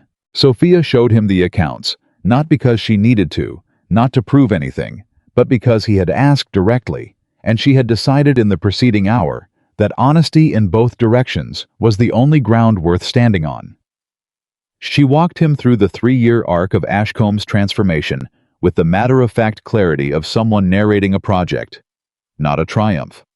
Here was the problem. Here was the approach. Here was what worked, and here was what didn't, and here is where we are now. Oliver asked good questions. This surprised her, and the surprise surprised her. She had known he was intelligent. She had always known he was intelligent. The intelligence had never been the problem. The problem had been what he had done with it in her presence, turned it toward finding reasons to discount what she said rather than toward understanding it. He was not doing that now. He was listening. Genuinely, carefully listening. At some point, Jonas appeared in the doorway, not knocking, because knocking was apparently not among the customs he observed in this house, and looked at Oliver with the frank assessment he had deployed since the man's arrival. "East boundaries sorted," Jonas said. "Going to start on the summer rotation planning tomorrow. Wanted to know if you wanted to look at the northern section before I draw it up."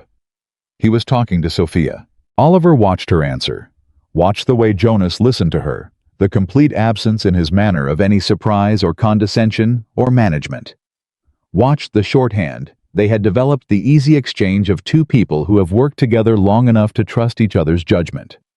Watched the moment Jonas glanced at Oliver with the expression of a man who has made his assessments and stands by them, and then nodded to Sophia and left. "He doesn't like me," Oliver observed. "No." Sophia looked at her papers. "He doesn't. He's protective of you. He's loyal to Ashcombe," she looked up. "And he doesn't distinguish between the two anymore." Oliver sat with that for a moment.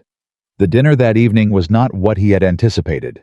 He had anticipated formality, the careful managed dinner of two people observing the proper distances. What he encountered was Sophia Mrs. Price, who had apparently arrived that afternoon and showed no particular inclination to adjust her plans simply because Oliver Kingsley had appeared, and Daniel Wentworth, who arrived from a neighboring property where he had apparently been engaged in his own business, and walked into Ashcombe's dining room, saw Oliver, and absorbed this information with the composed reaction of a man who had been expecting something like this. Oliver? Daniel. A pause that contained several years of friendship, one significant betrayal of trust in Daniel's assessment, not in Oliver's. Though Oliver's assessment was catching up, and the specific awkwardness of two men who like each other occupying opposite sides of a situation that had no comfortable position for either of them. "Sit down," Daniel said, with the equanimity of a man who has made his peace with complicated situations. "I imagine the evening will be interesting enough." It was. Mrs. Price had no interest in managing her behavior for Oliver's comfort. She was a direct, unsentimental woman who had spent 4 years being told her intelligence was adequate, and she was well past the point of performing deference to men whose primary qualification was that they had always been in the room. She asked Oliver direct questions about the Kingsley estate management. He answered them directly. She found one of his answers insufficient and said so. He reconsidered it and gave a better one. Sophia watched this exchange with the careful attention of someone observing a thing she had not previously witnessed. Oliver Kingsley, in conversation with a woman who was challenging him, choosing to engage with the challenge rather than redirect or dismiss it. It was a small thing. It was not a small thing.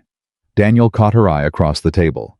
His expression said, "I see it too." After dinner, Daniel drew Oliver into the estate's small sitting room on the pretext of brandy, and Sophia went to the estate office to review the Morning Post she hadn't gotten to, and for 40 minutes, the house held the comfortable arrangement of people who are all in the same place for different reasons, and have somehow, despite every awkwardness that should have prevented it, managed to be in the same place together. Daniel found her in the office when the 40 minutes were up. "He's not the same man who stood in that drawing room." Sophia did not look up from this correspondence. "No." "Does that matter to you?" A pause. "It matters." She set down the letter she was reading. "How much it matters, and what I do with it mattering, that's a different question." Daniel leaned against the doorframe. "He wants to come back to you." "I know." "What do you want?" Sophia was quiet for a long moment. Outside, the estate was quiet around them, the comfortable quiet of a place that is managed well, and resting in the manner of something well cared for. "I want to trust that the man I am seeing right now is the man he is, not the man he becomes when there is something at stake, and then reverts from when the stakes recede." She looked at Daniel steadily. 6 years is a long time to be wrong about a person. I was wrong about who I thought he was. I do not want to be wrong in the same direction twice. That's fair. It is also not a no. Daniel looked at her.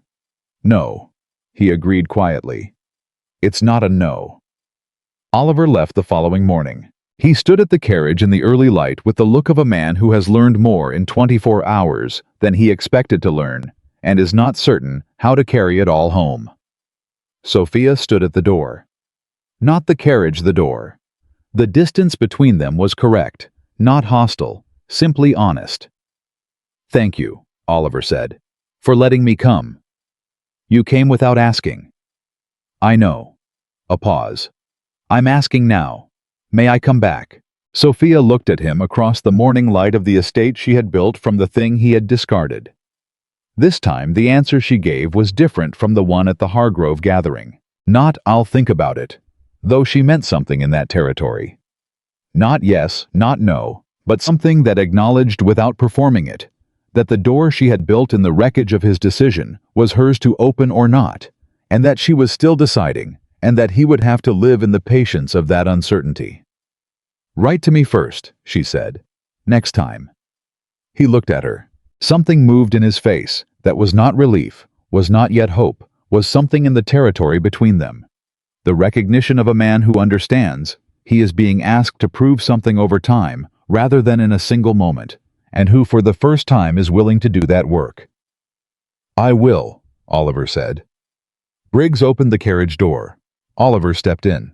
The carriage moved down the Ashcombe Drive, and Sophia stood in the doorway of her house and watched it until it disappeared around the bend in the road. Then Eleanor appeared at her shoulder. "Well." "Well," Sophia agreed. "He looked different." "He is different." She turned back into the house. "Whether he stays different is the question." Eleanor followed her inside. "And if he does?"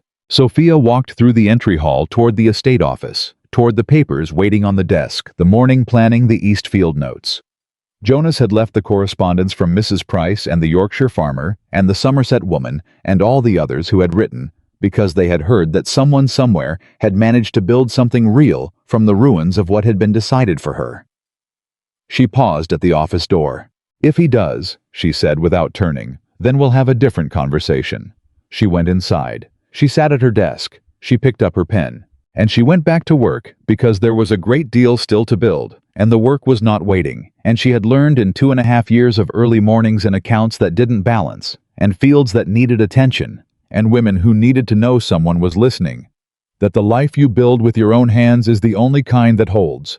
Everything else was still being decided, and for the first time in her adult life, Sophia Sinclair was entirely at peace with not knowing the answer yet. The first letter arrived 11 days after Oliver's carriage disappeared around the bend in the Ashcombe Drive. Not a long letter, not an elaborately constructed piece of correspondence designed to impress or persuade. 4 paragraphs written in Oliver's precise hand that said exactly what they meant and nothing more. He wrote about the legal framework he had mentioned, the people he knew who could help establish the formal documentation for Lady Marsh's proposed institution. He had spoken to 2 of them already. Both were willing. He asked whether Sophia would like their names forwarded to Lady Marsh directly, or whether she preferred he make the introduction through Sophia herself. The last paragraph was 3 sentences. I have been thinking about what you said, that you had spent years trying to make me see your worth when the problem was never that you lacked it.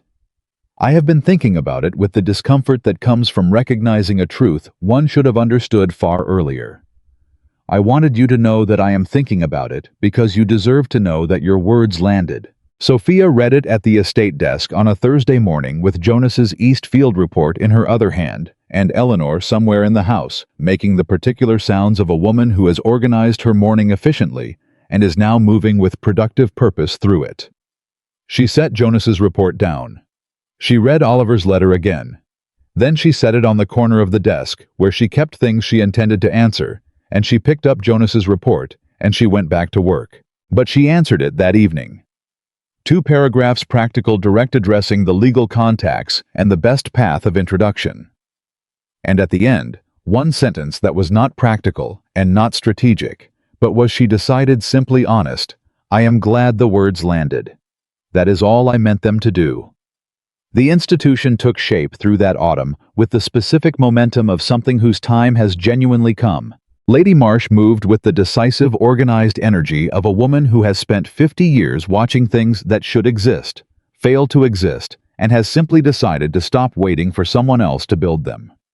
She appeared at Ashcombe 3 times in the space of 2 months, each time with additional people in tow.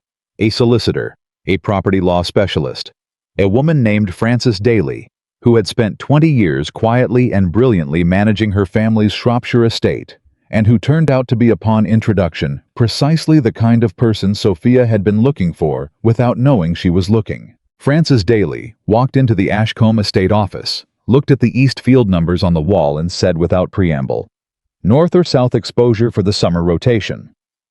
"North." Sophia looked up from the papers she was reviewing. "The south drainage is still inconsistent in dry years. We compensate, but the north is more reliable." Frances nodded. The nod of a woman filing a piece of information she intends to use. "I've been doing the same at Shropshire for 6 years, she said. "Nobody asked. I'm asking now." Frances sat down, and they talked for 3 hours, without stopping, in the compressed, energetic way of people who have been doing the same work in isolation and have suddenly discovered they speak the same language. Lady Marsh appeared in the doorway at the 2-hour mark, assessed the conversation, and withdrew without interrupting. When she found Daniel in the parlor, she looked at him with the satisfied expression of a woman whose judgment has been confirmed. She's found her people. Daniel, who had watched Sophia build everything she had built over 2.5 years, felt something ease in his chest that he hadn't realized was still holding. "Yes," he said quietly. "She has." Oliver's letters continued. Not every week, not with the frequency that might suggest pressure or urgency, but with the steady rhythm of a man who has committed to a thing and is not performing the commitment, but simply doing it. He wrote about the legal progress. He wrote occasionally about things at Kingsley Manor. Careful, undramatic observations that had the quality of a man offering the truth of his life rather than a curated version of it. He mentioned in October that he had restructured the tenant agreements at Kingsley based partly on the framework Sophia had outlined at their dinner with Mrs. Price. Sophia read that letter twice. Then she wrote back. How did the tenants respond? His reply came 4 days later, with more trust than I had earned. I am working on deserving it. She kept that letter. She did not keep all of them. She kept that one. The formal announcement of what they were calling the Sinclair Institute. Lady Marsh had insisted on the name, with a firmness that left no room for negotiation, was made at a gathering in London in November. That was by any measure the most significant event of Sophia's public life. Not because of its size, though it was large. Not because of the names attending, though they were considerable. Because of what it represented, the moment at which everything Sophia had been building quietly, persistently in the fields and offices and correspondence networks of the past. 2.5 years stepped into the light with a name and a structure and a formal declaration of purpose. Sophia stood before the gathered room and felt for a moment the ghost of the woman who had stood in a Kingsley Manor drawing room holding a sealed letter. She let that woman be there for a moment. She owed her that much. Then she spoke. Not from notes. She had written notes and set them aside the night before, deciding she did not need them, deciding she wanted to say what was true rather than what she had prepared. She spoke about Ashcombe, about Jonas and the Northfield drainage and the 12 years of ledger entries nobody had acted on, about Anne Whitmore's notebooks, about the Somerset woman and the Devonshire widow and the 60-year-old woman in Northumberland, who had been doing the same work as her husband for 30 years and had only been seen doing it when he was no longer beside her to take the credit. She spoke about what it costs a woman to stop trusting her own mind. The room was silent. The particular silence of people who are not being polite, but are genuinely still. The Sinclair Institute, she said, exists because of one simple belief. That knowledge, when it is genuinely useful, should not be locked inside a single person's experience. It should move. It should be shared. It should reach the woman in Somerset who is keeping her estate alive on an impossible budget and has no one to tell her that what she is doing is remarkable. She paused. It should reach her before she spends 6 years wondering if the problem is herself. No one moved. Lady Marsh in the front row had an expression that was as close to open emotion as a woman of her composure ever displayed in public. Mrs. Price was crying without appearing to notice she was crying. Frances Daly had her notebook open and was writing something, not because she had planned to take notes. Sophia understood, but because the instinct to capture important things was simply what Frances did. Oliver was in the back of the room. He had not been announced. He had not sent word that he was coming. He was simply there, standing near the rear wall with the stillness of a man who has chosen to witness something rather than participate in it, who understands with the clarity he has been building since a morning in the Ashcombe parlor that this moment belongs entirely to someone else. He had not told Sophia he would be there. She saw him when she finished speaking in the movement and noise that followed as people stood and began talking, and Lady Marsh descended on her with the composed satisfaction of someone whose investment has returned exactly what she predicted. Sophia saw him across the room. He did not move toward her.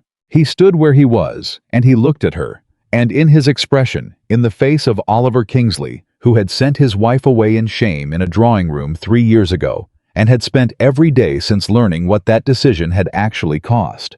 She saw something she had not seen there in 8 years of knowing him. Uncomplicated admiration, not for who she might become if she managed herself correctly. Not for the potential he had decided she contained if properly directed. For who she was, right now. Standing in this room, having just said the truest things she knew. She held his gaze for a moment. Then Mrs. Price was beside her, gripping her arm with the contained intensity of a woman whose emotions are extremely large and extremely disciplined, and the room required her attention, and she gave it. The evening moved around her in the way that significant evenings do, in fragments and moments, rather than in sequence. Each one pressing itself into memory with the particular weight of things that are understood even as they happen to be permanent. Frances Daly, pressing a revised version of her Shropshire drainage approach into Sophia's hands and saying with the direct warmth that was becoming her defining quality, "I want this in the Institute's first materials, if you think it's worth including. I think it's essential." "Good." Frances nodded once firmly, the nod of a woman who has been waiting to be told something was essential for 20 years and is receiving it with appropriate dignity. "Good." Lady Marsh in a private moment near the door, leaning close and saying, 18 women have already submitted letters of inquiry for the first correspondence program. 18. And we announced it 40 minutes ago. Sophia looked at her. How many can we handle in the first quarter? How many do you want to handle? All of them. Lady Marsh's rare, sharp smile. I was hoping you'd say that. And Oliver at the end of the evening appearing at her side with the timing of a man who has been waiting for the right moment and has recognized it precisely. Sophia. She turned. He was close, not inappropriately close, but within the distance of genuine conversation, rather than the managed social distance they had been maintaining since the drawing room at Kingsley Manor. You were extraordinary tonight. She looked at him. Thank you. I mean it without qualification. His voice was quiet. No performance in it. You were extraordinary, and I wanted to say it where you could hear me clearly. A pause. I heard you, Sophia said. He looked at her for a long moment. The legal framework is complete, he said. My solicitor will have the final documents to Lady Marsh by Friday. I know, she told me this afternoon. Ah. A small pause. Then I'm not delivering news. No. She almost smiled. But I appreciate that you came to tell me anyway. Something in his expression shifted the specific shift she had been learning over the months of letters and one extraordinary day at Ashcombe to read with more accuracy. Not manipulation. Not strategy. The unguarded expression of a man who is feeling something and is no longer certain he should hide it. May I call at Ashcombe? He asked. Again. Soon. She considered him. The room moved around them, the noise and warmth of an evening that had been significant for reasons that had nothing to do with Oliver Kingsley, that belonged to Sophia entirely. Right first, she said, as we agreed. I will. And Oliver. She looked at him directly. When you come to see Ashcombe. Come because you want to understand what I've built. Not because you're hoping it will lead somewhere. If it leads somewhere, it will lead there on its own. A pause. But I won't be managed back into something by increments. If that's the intention, don't come at all. He absorbed this. That's not the intention. Good. I want to understand what you've built, he said. I genuinely do, because what I saw in that room tonight, what I saw in the estate office, and the field numbers on the wall, and the way Jonas looks at you, and the way Mrs. Price and Lady Marsh look at you, it is the most. He stopped, steadied himself. I should have built that with you. What I did instead was the greatest mistake of my life, and I know I cannot undo it. I can only be different going forward than I was before. Sophia was quiet. Outside the room, London continued carriages and voices and the ordinary ongoing noise of a city that does not pause for the moments that change people's lives. Write to me, she said finally. She turned back to the room. I watched her go back to Lady Marsh, back to Frances Daly, back to Mrs. Price, who was already producing her notebook with the expression of a woman who has thought of something important and intends to record it immediately. Back to the people who had come to this room because of what Sophia Sinclair had built, and what she was continuing to build, and what she had already become. He watched her, and he understood completely, and without the protection of any remaining self-deception, what he had done and what it had cost. And what if he was very careful and very patient and very different from the man who had handed a letter to a butler at breakfast, might still be possible. He turned and went home, and wrote the letter that night. The winter of 1819 was the winter Sophia stopped being surprised by her own life. Not because it had become ordinary. It was not ordinary, was not close to ordinary, had in fact continued to expand in ways that consistently exceeded what she had planned for. The Institute's first quarter correspondence program had enrolled not 18 women, but 31, and the demand for the second quarter was already double that. Frances Daly had become in practical terms Sophia's closest collaborator, the person she thought alongside, rather than merely with the person whose mind moved in ways that consistently interested her. Mrs. Price had reorganized her entire estate structure based on the frameworks they had developed together at Ashcombe, and had increased her annual returns by a figure that made her former advisor's assessments of her management look like a specific form of institutional incompetence. Jonas had been given a formal management title that he had accepted with the nonchalance of a man who had been doing the job for 2 years without the title, and considered the paperwork a minor inconvenience. Eleanor had been given a raise that she had not asked for, and had accepted with the particular dignity of a woman who had known for 2 years that she had earned it. And Oliver had written. Every 2 weeks without fail, through the autumn and into the winter, letters that had evolved from the careful, structured accountability of his first attempts into something more natural, more honest. He wrote about Kingsley Manor and the changes he was making there, the tenant restructuring the conversations he was having with his steward, the way it felt to be actually wrong about something and say so rather than locating a way to be right about it differently. He wrote once about his mother. She asked about you last week. Not with hostility, or not only with hostility, which I think is progress for Margaret. She wanted to know about the Institute. I told her what I knew, which is less than what you know, but more than I knew 6 months ago. She was quiet for a while after I finished. Then she said, I suppose I always knew she was capable. I did not say what I was thinking, which is that being capable was never the question, but I thought it. Sophia read that letter and felt something shift in the very last corner of the wound she had thought was fully healed. The corner she had not quite reached, the part that had remained quietly sore, in the way that old injuries sometimes do, not debilitating, but present. She had written back, Tell her I hope she is well. Mean it when you say it. I do. He came to Ashcombe in January. He had written first. 3 days' notice, formal and simple. I would like to visit if you are willing. No agenda other than the one you named to understand what you have built. Okay.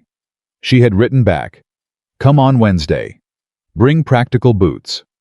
Jonas will form his own opinions of you regardless, so there is nothing to be done about that. He arrived on Wednesday with practical boots and the particular expression of a man who has prepared himself for something he cannot entirely prepare for. Jonas met him at the door again. The dynamic between them was not warm. It was not hostile. It was the dynamic of two people who have assessed each other and reached conclusions they are not planning to revise lightly. Jonas held the door with the neutral efficiency of someone who has decided that a man's willingness to show up in practical boots and answer direct questions about crop rotation, without flinching, is data worth accumulating before the verdict is finalized. Oliver answered the questions about crop rotation without flinching. Jonas grunted. It was not a warm grunt, but it was a grunt that contained, if you listened carefully, the very earliest suggestion of a provisional reassessment. Sophia took Oliver through the estate herself, not as a tour, as a working morning. She had things to do, and she did them, and she invited him into that rather than organizing the day around his presence. They walked the north field where the drainage Jonas had fixed in the first year was now so thoroughly integrated into the land's productive capacity that there was almost no visible evidence of the problem that had once defined it. They reviewed the winter rotation planning with the new factor she had hired a young man named Brierly, who had the systematic intelligence and the genuine curiosity that Sophia had learned through trial and error, were the two qualities that could not be taught and could not be substituted. Oliver watched Brierly defer to Sophia on a question about the eastern boundary with the ease of someone for whom this was simply the natural order of the conversation. He watched Sophia answer without modifying her directness for his benefit, without the small reflexive adjustments she had always made at Kingsley Manor, softening her certainty, qualifying her conclusions, managing the space between what she knew and what others were comfortable hearing her know. She was just herself, completely and without apology. He had seen it at the London gathering. He was seeing it here in the field, in the cold January morning, in the ordinary working context of the life she had built, and it was more powerful here somehow than it had been with a room watching. At midday, they came back inside, and Eleanor produced food with the efficiency of a woman who has been feeding working people for 2 years and knows what is required, and they sat at the estate table. Not the formal dining room, the working table in the kitchen area, with Jonas and Brierly and Francis Daly, who had arrived that morning from Shropshire for a planning session on the Institute's spring program. Frances looked at Oliver across the table with the frank assessment she applied to all new information. "You're the husband," she said, not rudely, simply accurately. "I was," Oliver said. "Currently I am. I'm not certain what the correct term is. Trying to be better." A pause.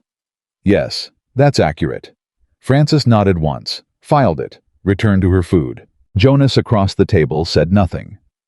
But he had been watching Oliver's face during the exchange, and something in his expression shifted the fraction of a degree that in Jonas's economy of expression constituted meaningful movement. When Brierly and Jonas had gone back to the field, and Frances had retreated to the estate office to work, Oliver found Sophia in the parlor. She was standing at the window, not looking at anything in particular. The look of a person whose thoughts are somewhere interior, processing something. "Frances asked if you were the husband," Oliver said. "I heard." "Your answer." Sophia turned. She looked at him, at this man who had arrived in her life and spent 6 years being exactly the wrong version of himself for the person she was, and who was now standing in her parlor in practical boots that had genuine mud on them from the north field, having answered Jonas's questions, and Frances's blunt assessment, and a morning of working alongside her, without once attempting to manage or redirect or occupy more space than he'd been given. "What are you asking?" she said. "I'm asking what you want." He held her gaze. "Not what's reasonable, not what makes sense given everything that happened. What you actually want." The question sat in the air between them. This was the question she had been not answering for months. In letters and in careful conversations, and in the one evening at Lady Hargrove's, and the one day in October, when he had sat in this parlor and said the most honest things he had ever said to her. She had been not answering it because the answer required a kind of trust. She was not certain she had rebuilt yet, and trust, she had learned, is not a decision you make. It is a thing you notice yourself having or not having when the moment of real reckoning arrives. She looked at Oliver Kingsley in the January light of the house she had built from the ruin of his decision about her. And she noticed that she was not afraid, not performing calm, not managing her own reaction into something acceptable, not holding herself together with the effort that had defined 8 years of loving him the wrong way. She was simply not afraid. "I want the man who showed up today," she said. "Not the man who came in October, though that visit mattered. The man who came today, who walked the North Field without needing it to be about him, who answered Jonas's questions honestly, who sat at the table with my people and did not once try to be the most important person in the room." She paused. "That man I would like to know better." Oliver went very still. "And if that's who I am now?" he asked quietly. "If the work I've been doing since October, the changes at Kingsley, the letters, the trying to understand what I should have understood 8 years ago, if that's who I actually am now and not a performance of it, then come back." She held his gaze. "Come back as that man. Come back as many times as it takes for both of us to know for certain it's real. And if it's real," she paused, "then we'll have the conversation neither of us has been ready to have." Something moved through Oliver's face. Not triumph. Not relief exactly. The expression of a man receiving something he had been trying to earn without being certain he deserved it, and understanding that the earning is not finished, that it may never be entirely finished, and being willing to live in that. "That's more than I expected," he said. "Don't waste it." He looked at her steadily. "I won't." Spring came to Ashcombe with the particular authority of a season that has earned its arrival, pushing up through soil that had been properly tended and resting in the knowledge that the work done through the winter months would be made visible now publicly undeniably. The Institute's spring program launched with 47 women enrolled. The correspondence alone filled the estate office to a degree that required Sophia and Frances to organize a proper filing system, which they did over the course of a Tuesday. That was one of the most companionably productive days Sophia had spent in years. Jonas reported the spring yields with the specific, understated satisfaction of a man who has been right about something for 2 years and is gracious enough not to say so directly. Oliver came back in March, and in April. He came differently each time, not as a visitor, not as a supplicant, but as a person integrating himself into the fabric of Sophia's world.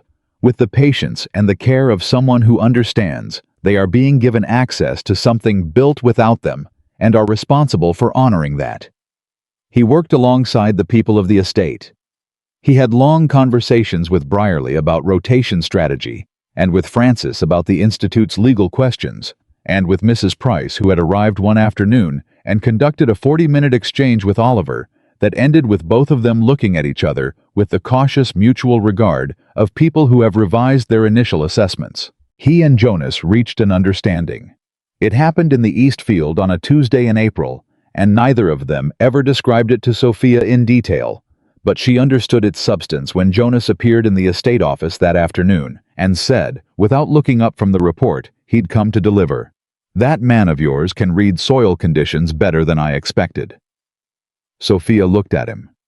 Jonas set the report on the desk and left. She sat with that for a moment. That man of yours. She picked up her pen and went back to work. And in the summer of 1819, on a Thursday evening, when the estate was quiet and the Institute correspondence was done for the day, and Jonas had gone home, and Francis was back in Shropshire, and Eleanor was somewhere in the house with the productive movements of a woman who has organized her world well. Oliver sat across from Sophia in the parlor and said in the direct and unmanaged way he had learned to speak with her, "I would like to come home, not to Kingsley Manor." He had said it deliberately, knowing that she would hear exactly what he meant. Sophia looked at him. She thought about the drawing room at Kingsley Manor, and the letter in her pocket, and the wedding ring placed on the table between them. She thought about the first night at Ashcombe, and the candle burning low, and her hands flat on the desk, and the decision she had made to stop asking someone else to tell her what she was worth. She thought about Jonas, and the North Field, and Anne Whitmore's notebooks, and 47 women enrolled in a spring program, and Francis Daly saying, "I've been doing the same work for 20 years, and nobody asked," and Lady Marsh's rare sharp smile, and Mrs. Price crying without noticing. She thought about the woman she had been, and the woman she had become, and the long, irreversible distance between them. Then she looked at Oliver, at the man he had become in the patient, honest months since the January visit, the man who had shown her not with words, but with presence, and with work, and with the daily unglamorous evidence of genuine change. "Home," she said slowly, "is not something you come back to." He waited. "It's something you build." She held his gaze. "Are you willing to build it?" He looked at her the way the man looks at the most important question of his life. "Yes," Oliver said, simply, without qualification, without the management of language that had once been his armor. "Yes, Sophia, I am." She looked at him for a long moment. Then she reached across the table between them, and she took his hand, not dramatically, not as performance, as a woman who has built a life entirely her own and is choosing with full knowledge of the cost of choosing wrong and the value of choosing right to let one specific person into it. The estate was quiet around them. The spring yields were the best in 20 years. 47 women were writing letters to each other across England, passing between them the knowledge that had always been theirs to have. Jonas was somewhere on the Ashcombe land, walking the fields he had helped transform, probably having opinions about the fencing. Francis Daly was in Shropshire with her notebooks, building the Sinclair Institute's future materials, with the systematic care of a woman who has finally been told her work is essential and intends to be worthy of it. The wedding ring Sophia had removed on an October morning 3 years ago was in the drawer of her estate desk, not worn, not displayed, simply kept. A record of the woman who had placed it on a table in a drawing room and walked out of a life that had never been big enough for who she actually was. She was not that woman anymore. She was Sophia Sinclair, who had built something from nothing, who had reached across the distance between women kept apart by design and built bridges that would outlast every person who had tried to limit what she could become. She was the woman who had stopped asking to be seen and had simply persistently, undeniably made herself impossible to miss. And sitting in the parlor of the estate, she had restored with her own intelligence and her own hands holding the hand of a man who had finally, at real cost and with real effort, grown large enough to stand beside her, rather than in front of her. She was exactly where she had chosen to be. Not where she had been sent. Not where she had been permitted. Where she had decided. That was the difference. That had always been the difference. And it was the only difference that had ever mattered.